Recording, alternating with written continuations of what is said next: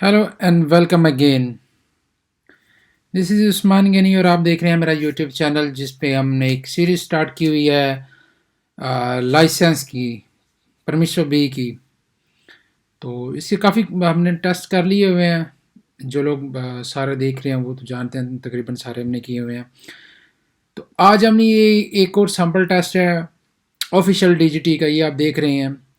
तो इसको हम करेंगे कंप्लीट, इसको भी दो सेक्शन में करेंगे। पहले 15 क्वेश्चन आज करेंगे और बाकी के 15 हम नेक्स्ट वीडियो में इसको कवर करेंगे।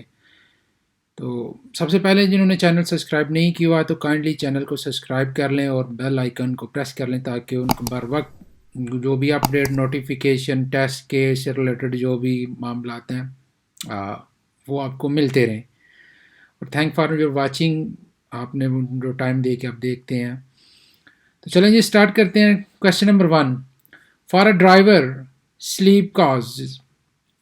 एक ड्राइवर जो है उसके लिए जो स्लीप कॉजेज है, नींद जो है उसके लिए मसला बनाती है। क्या मसला बनाती है? Reduce reaction time, more dangerous behaviour, better perception of surrounding traffic condition. तो जब नींद आ रही होती है तो जाहिर सी बात है वो डेंजरस बिहेवियर होता है, क्योंकि वो आपकी दैट मोमेंट आप जो है ना वो एक मतलब बंदा अपने मुकम्मल हवास में नहीं होता, ठीक है। उसको नहीं पता चल रहा था उसकी स्पीड क्या है, उसने ब्रेक कब करना है और बाकी मामला। तो मोर डेंजरस बिहेवियर जो है, ठीक है। इसको क्लिक किया, अब सीएन थे, अब नेक्स्ट करते हैं जी। You are travelling at night, आप रात को सफ़र कर रहे हैं and the full beam headlight do not work, आपकी जो फुल बीम हेडलाइट है वो वर्क नहीं कर रही। व्हाट मस्ट यू डू, आपको क्या करना चाहिए? Drive with a dipped headlight at a lower speed until I get to a place where I can repair them। कह रहे हैं कि आप जो लो डिप्ड हेडलाइट हैं आपकी, उनके साथ ड्राइव कर लें वहाँ तक कि वो ऐसी जगह पे आप पहुँच जाएंगे जहाँ पे आप उसको रिपेयर कर सकते हैं। मतलब ख़तरे से खाली हो वो जगह, जहाँ पे इशू ना हो आपको टकराने का कोई, ठीक है। Next, what must be done with N injured person who is not breathing. एक जो बंदा है जो सही सांस नहीं ले पा रहा, उसका एक्सीडेंट हुआ हुआ है या कुछ भी मामला था, तो उसको आपको क्या करना चाहिए? Place them in defensive posture, give them artificial respiration. आप कह रहे हैं कि उसको उठा के आप साइड पे किसी डिफेंसिव पोस्चर पे रखें। तो ये जब आपको, ये नॉर्मली वो लोग जिनको पता होता है फर्स्ट एड किट का कि अगर कोई उसकी हड्डी वगैरह तो नहीं टूटी, कोई इस तरह का मामला, तो वो लोग ये करते हैं। तो एज ए अननोन पर्सन आप क्या करें, उसको बस उसको जो गिव देम आर्टिफिशियल, उसको रेस्पिरेशन दें, उसको सांस जो आर्टिफिशियल देना कहते हैं उसको। What is abnormally slow speed for a car on a conventional road with no shoulder? कह रहा है कि एक कार के लिए abnormally लो स्पीड क्या है कन्वेंशनल रोड पे विदाउट विद नो शोल्डर या विदाउट शोल्डर। तो ये देख रहे हैं इस पर शोल्डर नहीं है, तो यहाँ पे अब नॉर्मली स्पीड क्या होगी? लेस देन 45 किलोमीटर जो है वो अब नॉर्मली स्पीड। अब नॉर्मली स्पीड होती क्या है? यानी जितनी एक रोड की स्पीड है उससे कम स्पीड पे अगर आप ड्राइव कर रहे हैं तो वो अब नॉर्मली लो स्पीड है। अब यहाँ पे 45 लेस देन 45 है, तो इट्स मीन दैट कि इस रोड पे मिनिमम स्पीड जो है वो 45 किलोमीटर पर आवर की स्पीड होगी। In this situation to continue straight on must you stop. ये सिचुएशन है, क्या आपको आपने सीधा जाना है तो आपको कंटिन्यू करना चाहिए। आप ये देख रहे हैं ये स्टॉप का साइन लगा हुआ है और ये ग्रीन लाइट भी जो है ना वो ऑन है, जल रही है। Yes, when there is a vehicle on cross, yes, no traffic hazard, no. Continue straight on, you must stop. तो आपको स्टॉप करना चाहिए तो नहीं करना चाहिए। No the traffic light has priority over the stop sign. ये मैंने आपको बताया हुआ है कि जो 5-6 प्रायोरिटी वाइज होती हैं। अब ये स्टॉप साइन जो है इसकी सेकंड प्रायोरिटी है, ठीक है। जो लाइटिंग है उसकी इससे मतलब अबव है, यानी फर्स्ट जो होती है वो पुलिस वाले की है, सेकंड जो लाइटिंग की है, थर्ड वाली स्टॉप की होती है। तो इस इन दिस केस में ये जो लाइट है इसकी प्रायोरिटी ज़्यादा है। तो क्या करना चाहिए आपको? रुकना नहीं है, आपने गुजर जाना है।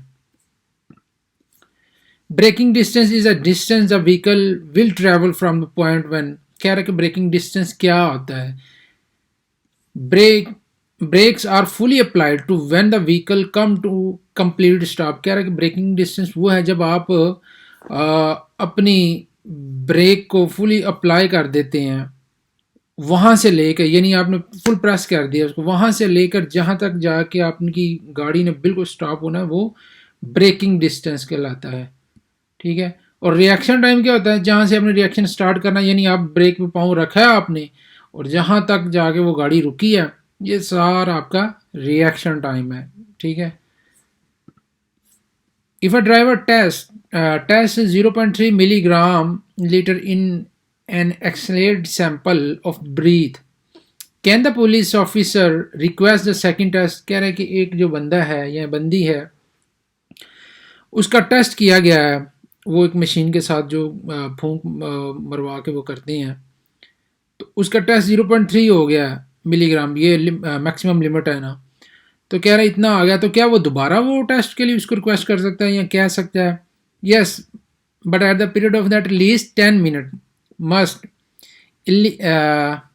Ellipse between the first and the second test. यानी आपका जो फर्स्ट टेस्ट और सेकेंड टेस्ट उसने किया है, उनके दरमियान 10 मिनट का कम अज कम फासला होना चाहिए। What does the vehicle marking mean? ये जो व्हीकल है, ये जो जा रही है, उसने ये देखिए आप पीछे एक रेड कलर का ये रेड और वाइट का एक पैनल लगाया हुआ है, तो इसका क्या मतलब है?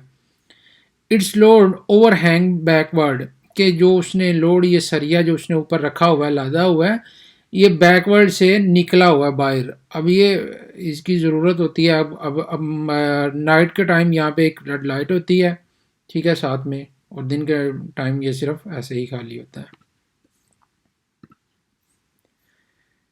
The economic impact of the traffic accident effect, कह रहे इकोनॉमिक इम्पैक्ट जो होता है वो ट्रैफिक एक्सीडेंट पर कैसे इम्पैक्ट करता है या किस पे करता है? ऑल सिटीजन डायरेक्टली और इनडायरेक्टली, वो सब जो शहरी होते हैं हाँ, सभी पे डायरेक्टली इनडायरेक्टली करता है इफेक्ट। कैसे? अब एक्सीडेंट होता है तो वहाँ पे ये एम्बुलेंस वाले आते हैं, यहाँ पे ये स्टाफ आता है, वहाँ पे पुलिस की गाड़ी आती है, वहाँ पे रोड डैमेज होता है, वो ये सारी चीज़ें जो है हेल्थ केयर वगैरह ये सारी मेंटेन होती हैं टैक्स के थ्रू, और टैक्स जो होता है वो सारे सिटीजन देते हैं, तो वो डायरेक्टली इनडायरेक्टली उन पे इम्पेक्ट करता है। What do this blue road marking indicate? ये जो रोड मार्किंग है ब्लू, ये क्या इंडिकेट करती हैं? A certain time of a day parking time is limited. ये नॉर्मली यहाँ पे तो पेड पार्किंग होती हैं, तो ये एक दिन का खास टाइम होता है, यानी दिन के वक्त आप वहाँ पे जो है वो पार्क कर सकते हैं अपनी गाड़ी को।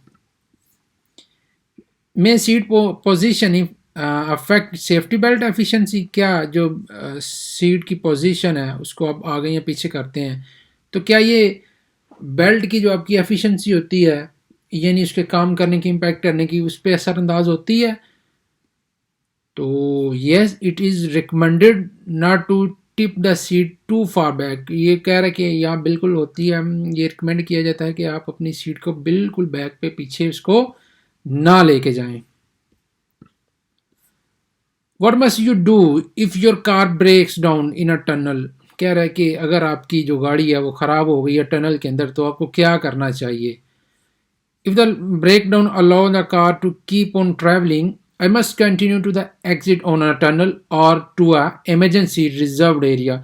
कह रहे कि अगर मुझे वो गाड़ी अलाउ करती है, यानी इतनी वो उसमें है कि वो थोड़ी सी चल सके या हल्की थोड़ी बहुत स्पीड कम के साथ वो जा सके, तो मुझे थोड़ा सा चलना चाहिए वहाँ पर, आपको चलना चाहिए उस जगह तक, वहाँ से आप इमरजेंसी एग्जिट ले सकते हैं if allow.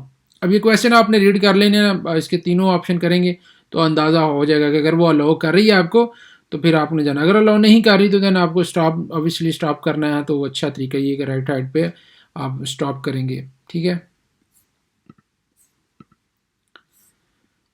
What does the arrow in the sign mean? ये एरो जो है इसका क्या मतलब है साइन में? One way the side of the traffic island where vehicle must travel, recommended the side of traffic accident where the vehicle may travel.